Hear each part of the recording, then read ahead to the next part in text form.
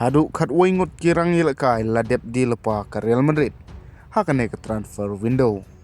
But one pipe yang Lionel Messi syaka klub Inter Miami. Nakabenta ban penkre ia kijing ilakai kipan sawan.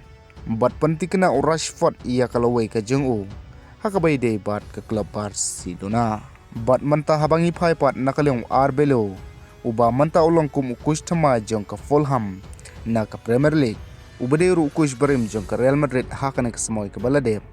Laitu ba ulakwa palat ia u Gonzalo Garcia. Banwan ra'iu ha ke projek ke jong bat ke Fulham. Kumtahi ke Real Madrid bat ke Fulham. Kilepoy siya ke jingi manjur.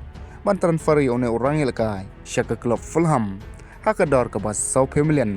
Kentup ia 6 million ke odds on ha ke lawai. Kumjuru 50% ke sell on clause siya ke Real Madrid. Bat kumjuru ke matching right ia ke Real Madrid. Kaba menta ke ikapadang sa kalong.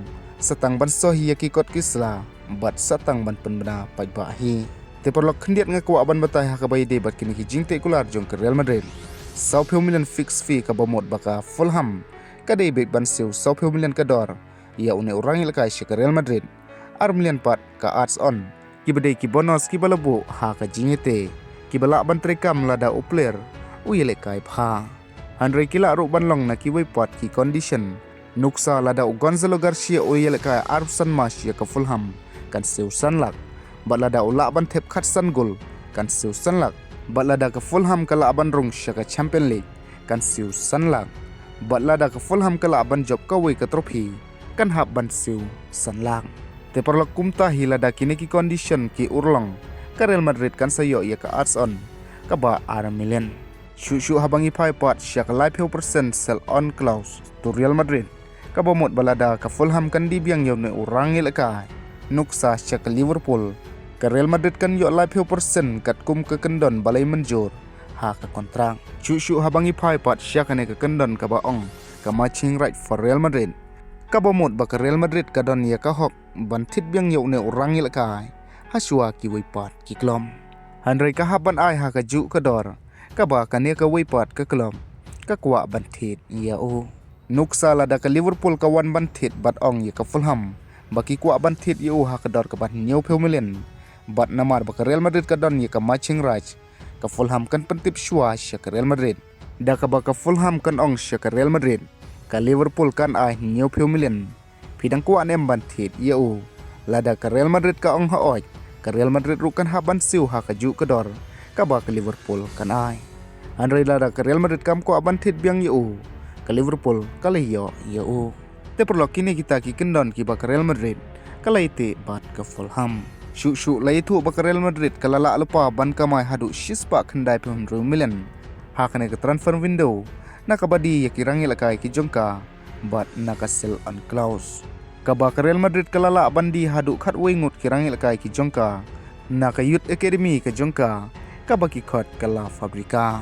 Kat ba habangi paipat nakaliong Rashford. Rashford ula panti kena hakabai de ya kalawai ke jengu.